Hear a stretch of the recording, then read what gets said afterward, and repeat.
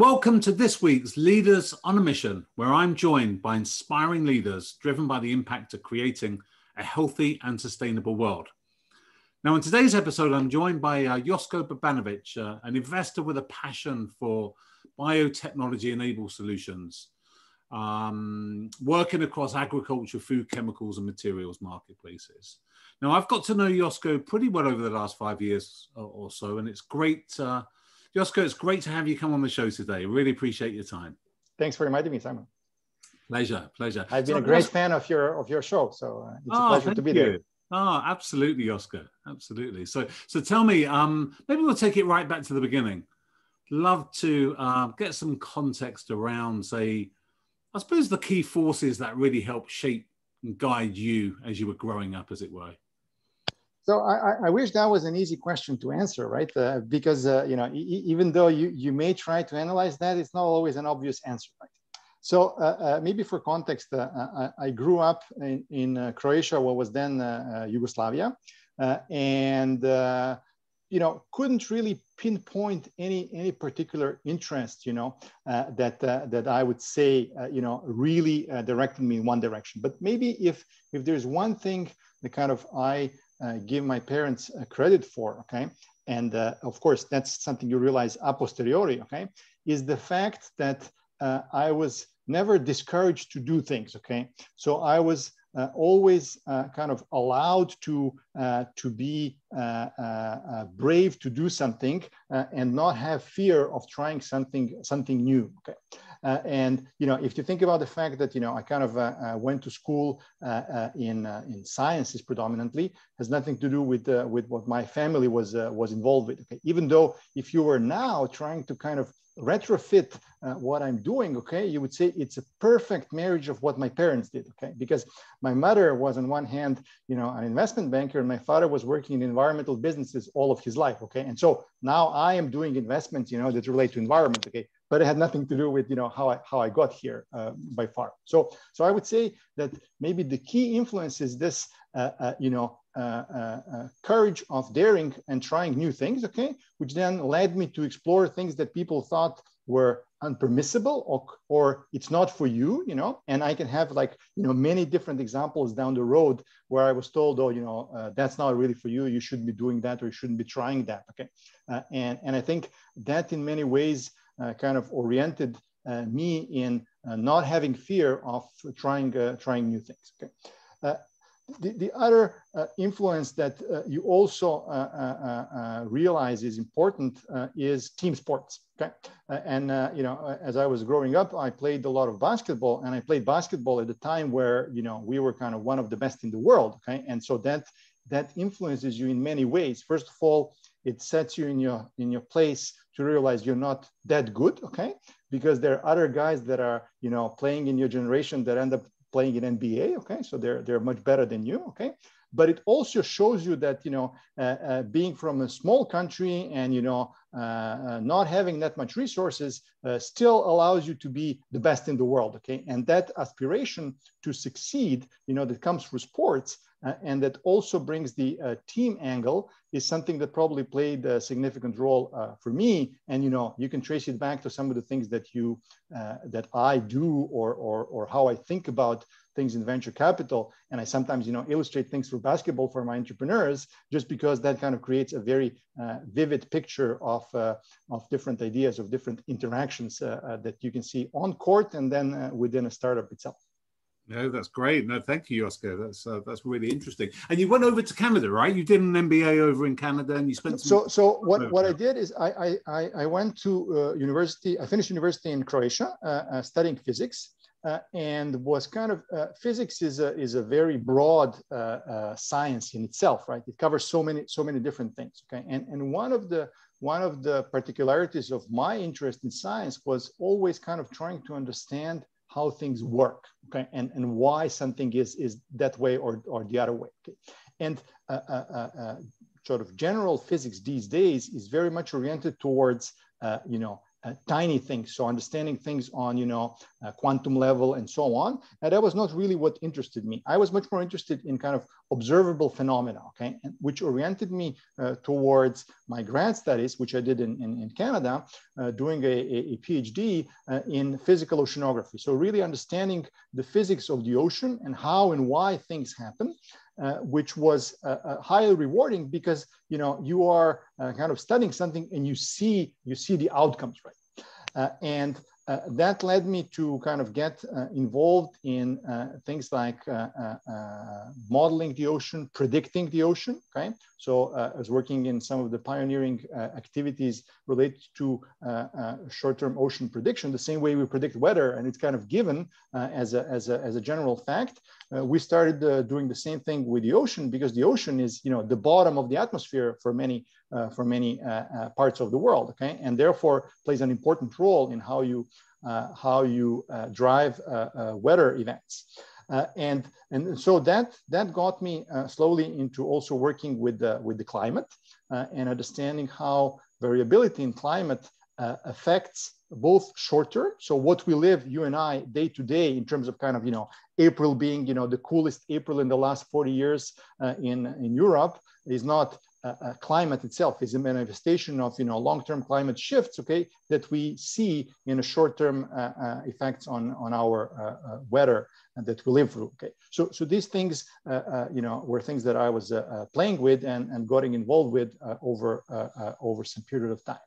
And that was all happening against the backdrop of, internet revolution, if you want to call it that way, and the world moving at a different speed, okay, which was immediately very, very attractive, okay. So I remember some of the research work that I did that was kind of around forecasting the ocean. I immediately made a web page for that, to kind of feature how that was working and to share it with the world, okay, to kind of have that available in real time, okay, which was kind of not seen positively by some people, okay, because to be considered research, that has to be very thoughtful, take time, have a long-term impact, okay. And here was somebody trying to kind of not market themselves, okay, but you kind of show something a little bit differently, and that kind of raised some eyebrows, if you wanna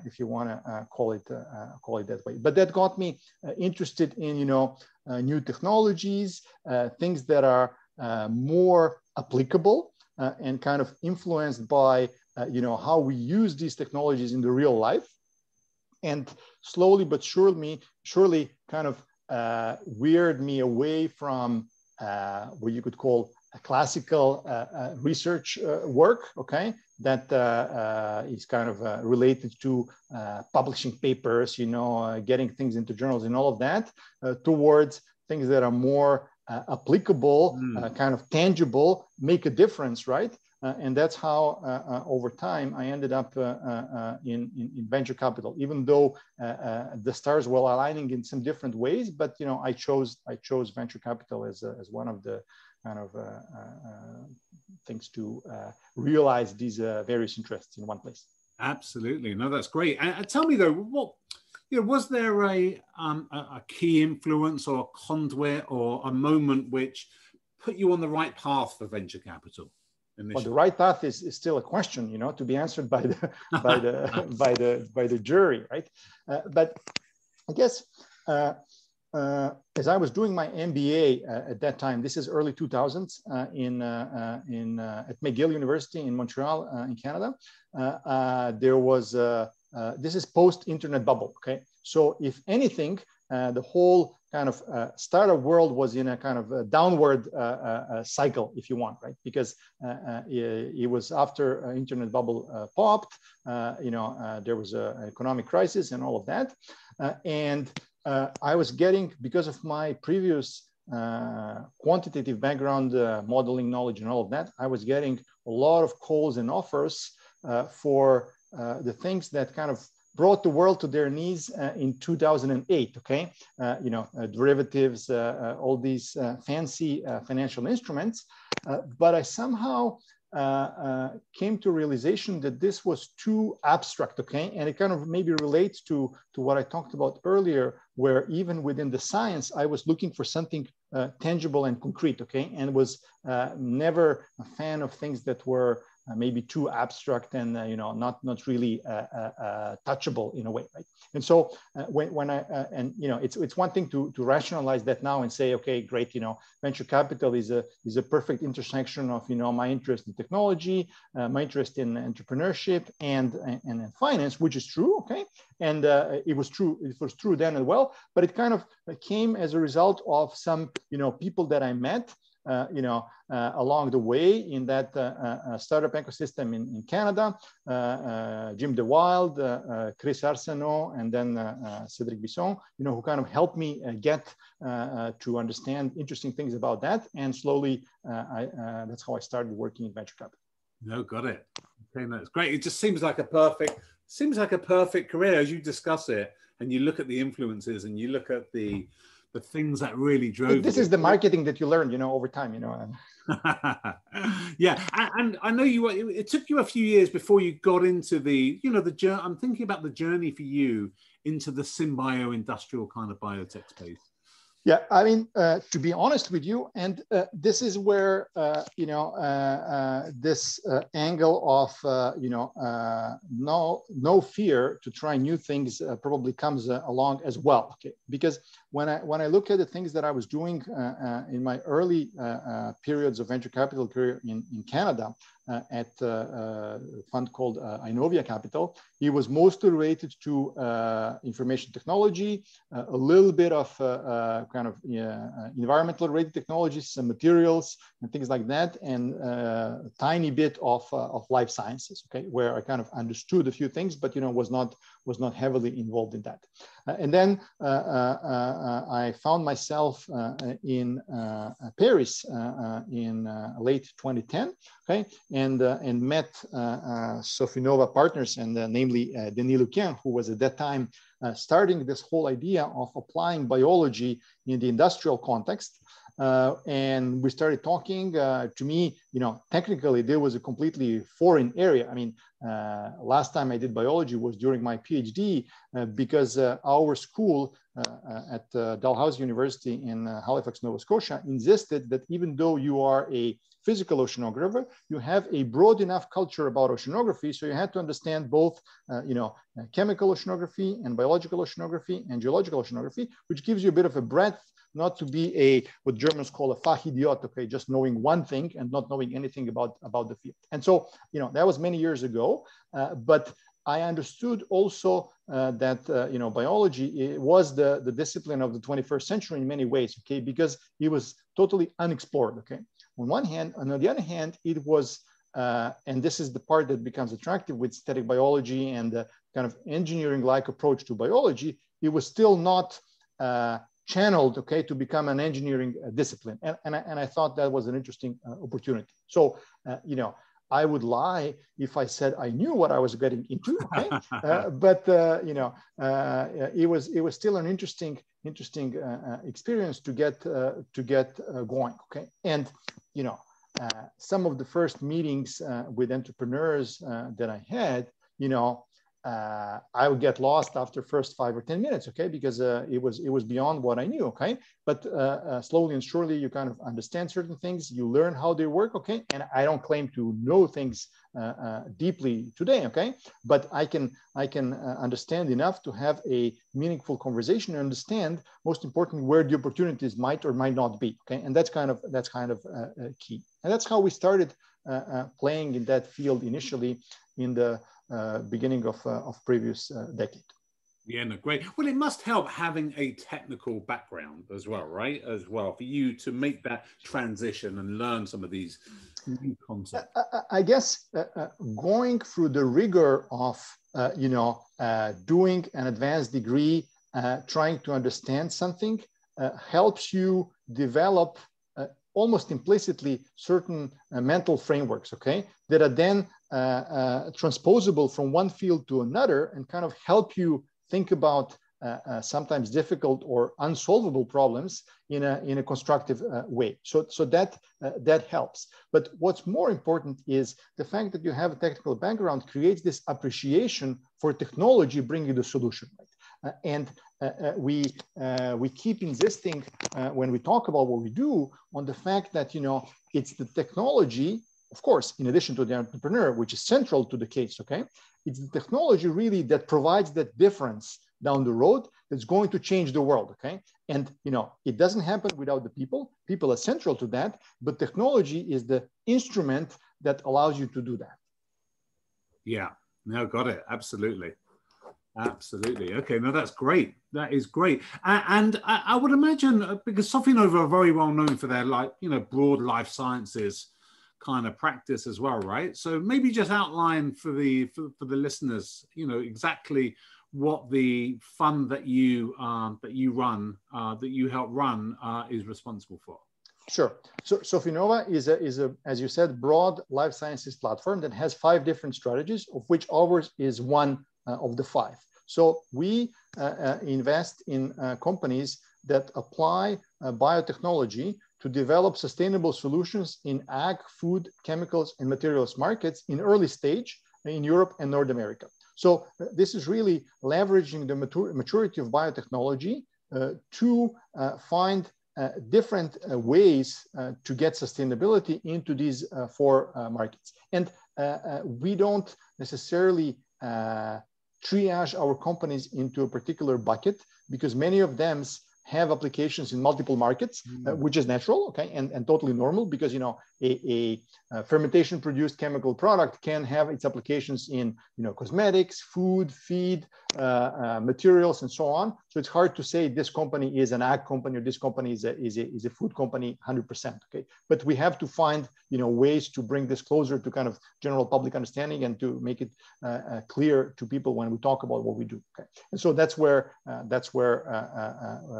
this comes along. Okay, and this is where we relate also to the rest of the platform at Sofinnova, because a lot of the things that each of us does, independent of the group, is always related to technology innovation, to things that are really breakthrough. Okay, and they transfers the applications, right? So if we are looking at a CRISPR application, it might be relevant to what we do. It might be relevant to a group that's doing something in therapy, and we talk to each other. We help each other with different expertise, with different contacts, and so on. Okay, just not long ago, our healthcare colleagues were looking at something that had a significant industrial angle. So demand to produce something, okay, and we help them along because that's the part that we know much better than they do. So this is the advantage of having this broad platform. Got it. Okay, great. And when did you make your first investment within the fund? I'm just trying to think. How long? So our first investment was made back into. What we did is this is also typical for exploring a new strategy. Okay, so we first started making investments out of what we called general funds, okay, at Sofinnova, okay, that at the same time coincided with this broadening of the platform, okay. And so then we raised a dedicated fund that was initially a seed fund that was only 22.5 million euros, from which we started investing in 2012. Okay. Then subsequently, 2017, we raised Sofinnova Industrial Biotech 1 fund. Okay, and that's where you can trace back this broadening of the platform beyond just one fund. But as anything, you first have to dip your toes, test the waters, try things out. Okay, and then you slowly and surely build on top of that. Got it. Yeah. I mean, I was just thinking when I first met you, it was probably around. It was in San Francisco. It was. It must be one of the SynBio Beta meetings, 2013, 14, something like that. It was like around 15 or something, and I remember it. Yeah. There was no more than about 200 people there, basically. Yeah. It was the one in South San Francisco, and it was very, very small. And I had just stumbled across the area. It was this very, very niche kind of technical kind of area, basically. Yeah, and I mean, we don't know how the world will look like after we all start traveling, right?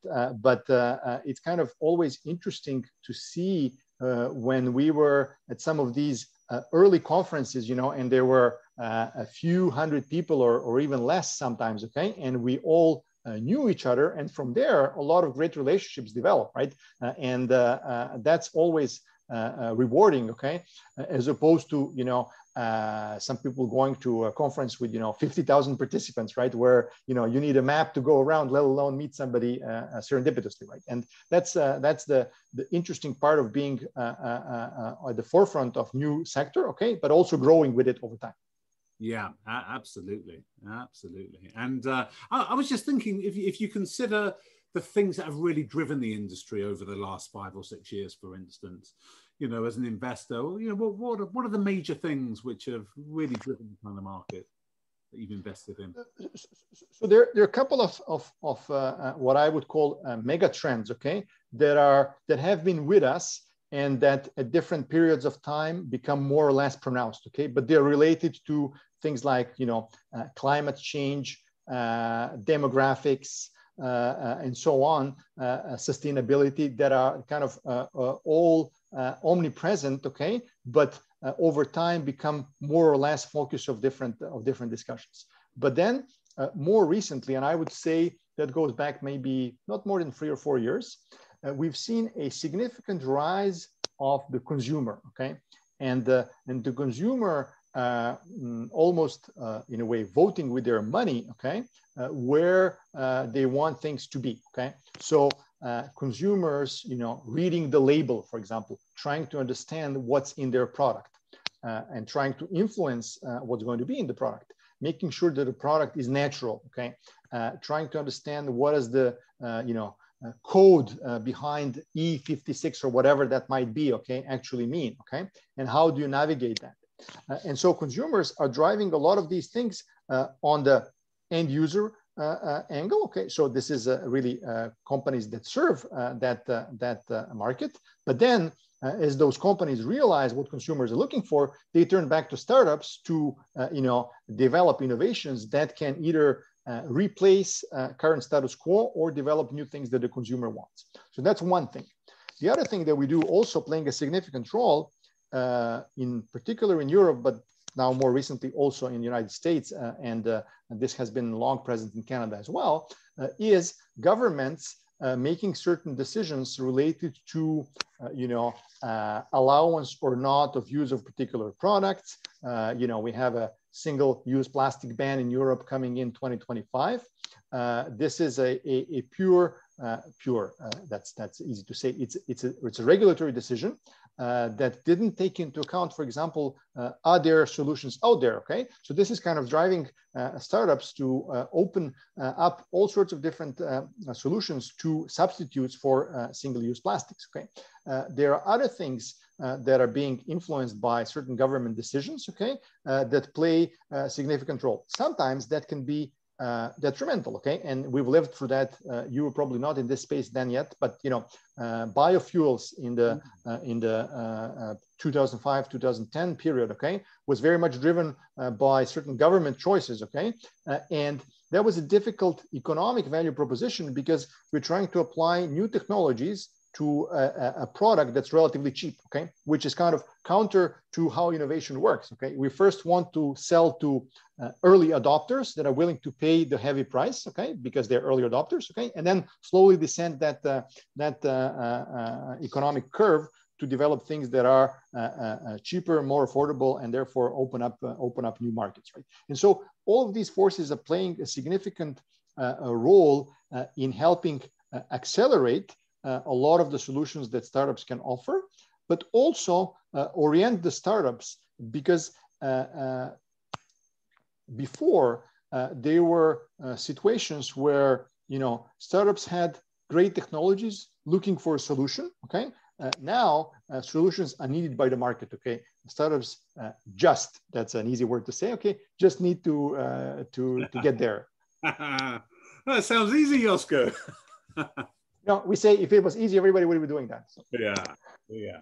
And tell me though, just mention that with the biofuels, because you're right. I kind of got into the market towards the point where all the biofuel firms were pivoting into the food space, essentially. And I'm thinking right now, when you think about entrepreneurs and you think about startups and technologies, you know, how much of the lessons of that biofuels kind of journey is kind of really guiding the strategy and the thinking of companies, for instance? How vital on the journey of innovation was that experience, you think?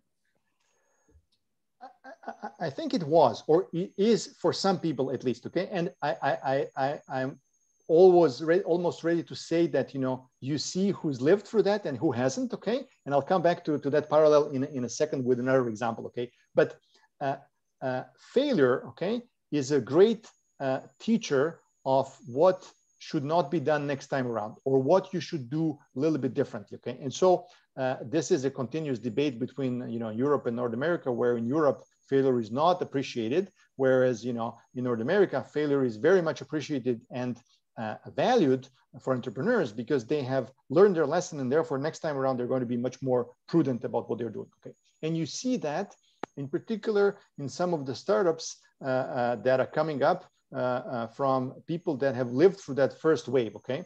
Where they've learned, for example, that you know, making a little bit more expensive product where you have some margin to play with is a good choice, okay? Or going into a market that's definitely showing the need, and then finding the ways to produce without investing heavily into capital expenditures, right? And so on, okay? And then every now and then you encounter a young entrepreneur, okay? And this is not a criticism, okay? That hasn't seen that, because, you know, maybe they were still in high school then, okay? And so they are totally oblivious to some of these things that we have seen before, okay? And they keep telling you how, you know, they'll scale up from lab to, you know, commercial size in no time, you know, it's going to work smoothly and all of that, okay? And you see that also in capital markets, right? Because now we are in a almost 13-year continuous, except for a small dip, you know, last spring, okay? We're in a continuous bull market in capital markets, okay? What does that mean? So that means if you left university at 22, okay, and you went to work in investment industry, you're by now 35 or, you know, 30 plus something, okay? And you've never seen a downturn in the market, okay? You just don't know how that looks like, okay? And so you're not preconditioned to assess things from different angles, okay? That's in some ways, you know, similar to what we see in some of the startups. That doesn't mean that startups should be obsessed with that, okay? Because technologies evolve, conditions evolve, okay? I was talking a few minutes ago about consumers driving a lot of choices. Consumers were not there 10, 15 years ago. So consumers were not asking for biofuel, okay? Consumers are asking for cheap fuel, okay, period, okay? Now it's very different, okay?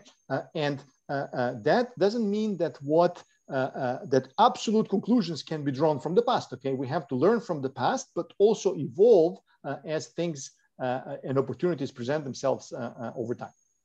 Yeah, no, great. No, thank you for that.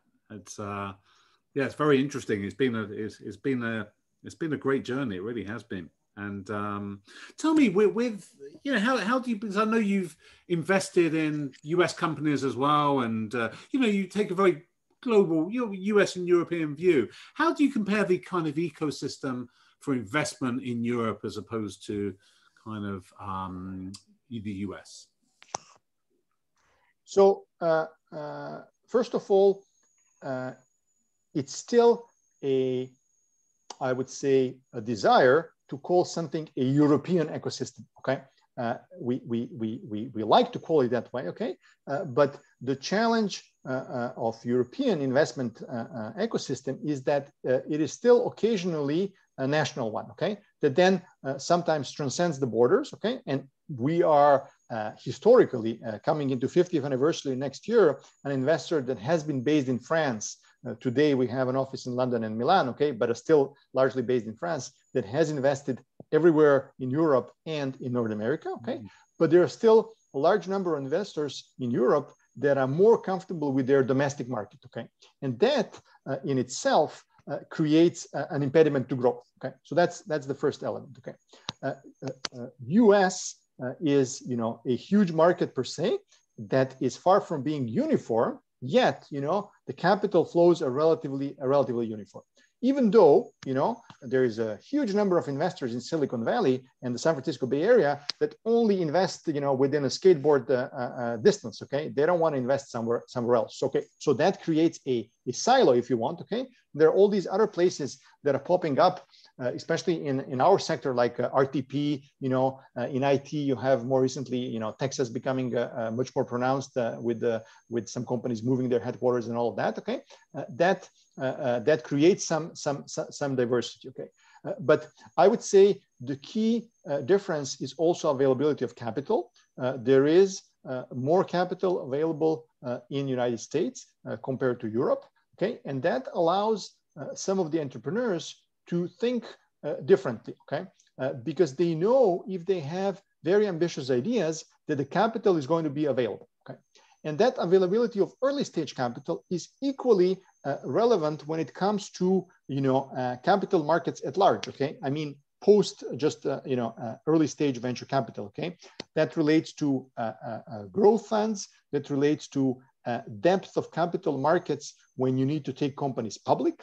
That relates to the whole ecosystem around public capital markets that is much more developed in the United States compared to Europe, where there are a number of public capital markets, but they're still relatively smaller compared to the American one. Yeah, got it. Well, what do you think about if I think about the entrepreneur and I think about, say, the US market, which is a pretty much at will from an employment perspective. And then you compare it, say, to France, which is traditionally your 3 months kind of notice and is quite regulated. I'm interested, the journey of the modern entrepreneur that wants to be part of the mission and the startup. Have you seen that really evolve and grow? Quite a bit, okay? And if you want, I can take France as an example, okay? Where, and this should not be seen as negative by anyone, okay? But I don't know where to draw the line. Let's say 10, 15 years ago, okay?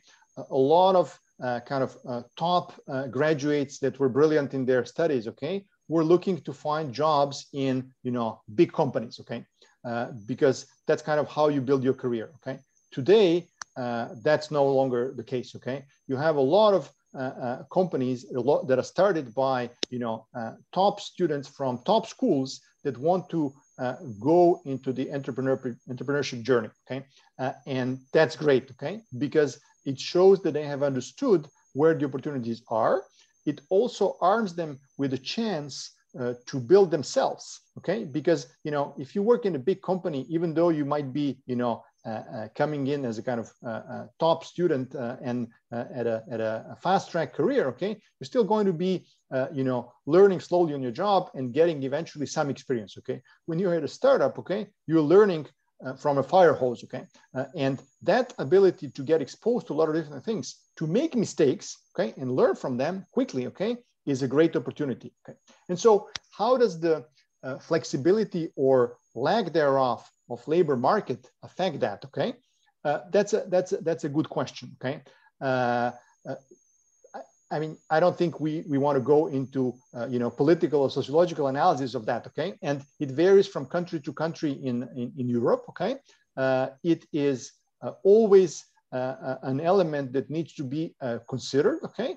But, if it was that bad, there wouldn't be that many unicorns in European countries, right? And, we're still able to produce unicorns at a significant rate. So I think it's a question of understanding things and being able to operate within local conditions, right? And that's part of the job that we have.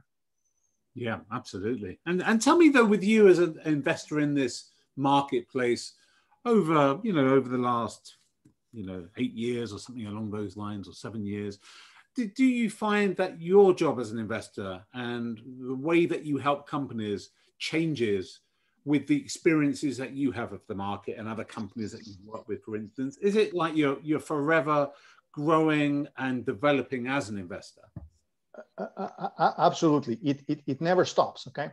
And it never stops to the point where a lot of people, including entrepreneurs, don't realize what is the key element of a venture capital investor in their journey, okay? yes, we do bring money. Yes, we do bring some, contacts at different places, different companies, in different funds and all of that. But the key thing we bring is this continuous learning and ability to apply those learnings immediately across the portfolio. Why? Okay. We have right now 16 companies in our portfolio. Okay. A single thing that we learn from one of them immediately, if relevant, okay, gets transferred to all the other 15. Okay.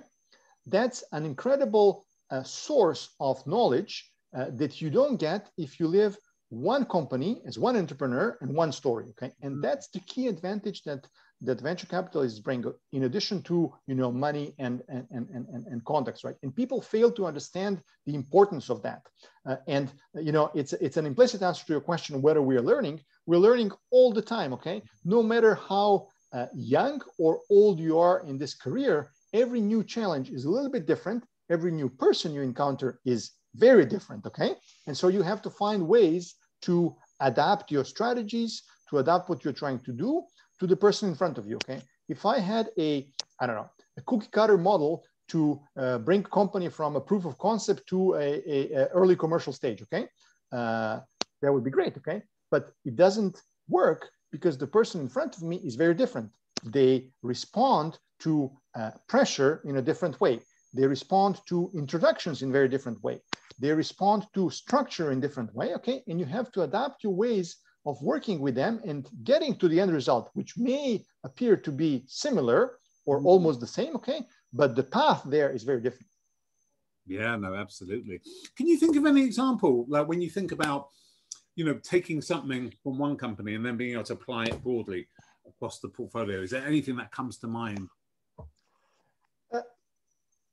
One of the things that we kind of learned over time, okay, was product choices. Okay, so being able to make sure that either you have a broad enough portfolio of products that gives you optionality, or that your products can go into different markets that again gives you optionality. Okay, single product through a single process for a single market. Okay, if something goes wrong, you're not left with too many options, right? And so it's hard to navigate that. Okay, and so that. Some of these things you learn very hard way, okay? And in our language, very hard way means losing money, okay? But once you've learned that, you are, to use, the common parallel, vaccinated against that for a very long time, okay? And you can pass those antibodies to other people so they don't repeat mistakes, okay? And this is in some ways what makes the difference between different investors, right? Because they can transmit that knowledge that gets accumulated over time. And it's not necessarily my knowledge only, okay? It's the knowledge that got accumulated across the team, okay? And across the firm, okay? Even by some people that were there, 40 years ago, okay? But gets transmitted and applied to different situations. Yeah, okay, they're great. And tell me, just interestingly, when you think about the marketplace and you think about deal flow, but you guys traditionally come in and invest at a Series A, for instance, and then grow and work with the company the way through. In terms of your deal flow and the way that you operate, for instance, and the way that you find these deals, has that changed much over the last kind of few years in terms of? Maybe a little bit, okay? One of the advantages we have, okay, and we're not shy stating that, okay, that we've been around for a while, okay? So we have a certain reputation, and our reputation is continuously at stake because we have to maintain it, okay? And people don't realize that, but the work with entrepreneurs means that you have to defend your reputation in every single conversation, okay? And that's very important. We consider that as a critical success factor, okay? So when we bring new people to the team, one of the first things we teach them, okay, is the importance of respect for the entrepreneur, is the importance of constructive engagement with the entrepreneur, and our ability to continue the relationship, even though we may say no, okay, when the question is asked about the investment, okay? And we have a number of companies in which we have invested now, okay, that were turned down, a couple of times before, okay? And they came back with a different story, with a revamped strategy and so on. And we eventually invested. Okay. So that it's in itself, okay, wouldn't have been possible if we didn't have that good relationship and respect for the entrepreneur. That helps, okay? And so that helps drive positive references and helps people say, okay, go talk to these guys because they know what they're doing. And even if they don't like you, they're going to tell you how things are. They're going to give you good advice. And that's always helpful. Okay. More recently, there have been, maybe a larger number of funds in some of these areas that we work in, okay, that are doing a lot of very early stage, smaller deals, okay. That has maybe changed the landscape a little bit, okay, and in some case skewed the entrepreneur thinking because there is maybe more capital available than there was before, okay. So they think that the bar is lower in terms of where they should be, but the valuation bar is higher. Okay, so those two things don't work hand in hand always. Okay, and so sometimes we find ourselves seeing very interesting technologies from good entrepreneurs, but maybe having overinflated view of what their value should be and how this journey should look like. Okay, because it's not. We are not in the business of chasing the lowest valuation possible when we invest in. Okay, we are in a business of trying to predict how this so-called equity story will evolve over time, and how by careful investment over time into a company, you create an interesting enough business at the end of the day that for us as an investor, because that's our job, will be attractive for somebody to buy. Okay, either through a public offering or through an M&A transaction. Okay, but it's the act of handing over ownership. Okay, that is ultimately important for us. Okay, and so that needs to happen within some parameters that are reasonable. Yeah. Okay. No, great. Final question, Joško. When we think about the future, right, and we think about the next 5-10 years, and we think about this space, and we think about the trends we've seen now, for instance, up to now, where do we see the future? The future is bright. Okay, let me start with that. Okay, and I think the future is bright because we have seen this sector attracting more and more people and more good entrepreneurs. Okay, and we have seen a couple of weeks ago what I consider a relatively important event for the sector, which was the IPO of Zymergen. Okay, and I used to refer for many years that this space needs something what I called a Netscape moment. Okay, Netscape is a company that went public in '95. Okay, bringing a browser that nobody or many people don't even know existed at that time. Okay, but in a way cemented the future of the internet industry. Okay, and so I like to consider Zymergen IPO, which was a very successful one. Okay, at a very significant valuation with 500 million raised, to be kind of what I call a Netscape moment for the whole industry, that's going to pave the way for other people to succeed. Because success breeds success, okay?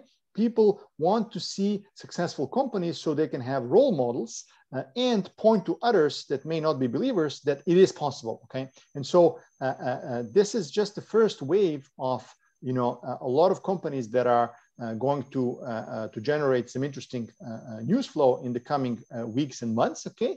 That are going to create great fundamentals for this space to grow much more rapidly with significant results to show financially and business-wise in the next 5, 10, or 15 years to come.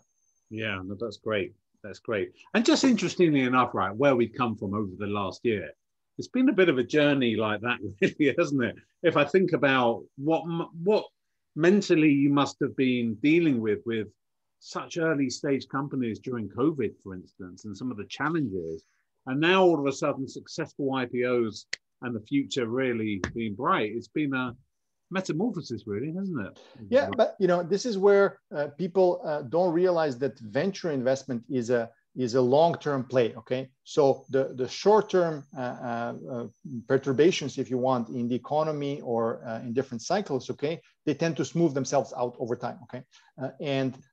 This is what's positive about the venture space, because in itself, you can ride out economic cycles because you have an interesting technology that ultimately is needed by the market. Yeah. Okay, that's great. Joško, I could talk, we could talk all day about these things, couldn't we? But you've got like 8 or 9 companies to take care of, right? So we better call it a halt there. But listen, my friend, thank you so much for coming on the show. Thank you so much for the opportunity. Appreciate the questions and a great discussion. Thanks, Joško. Okay, thank you. Bye. Bye. All right.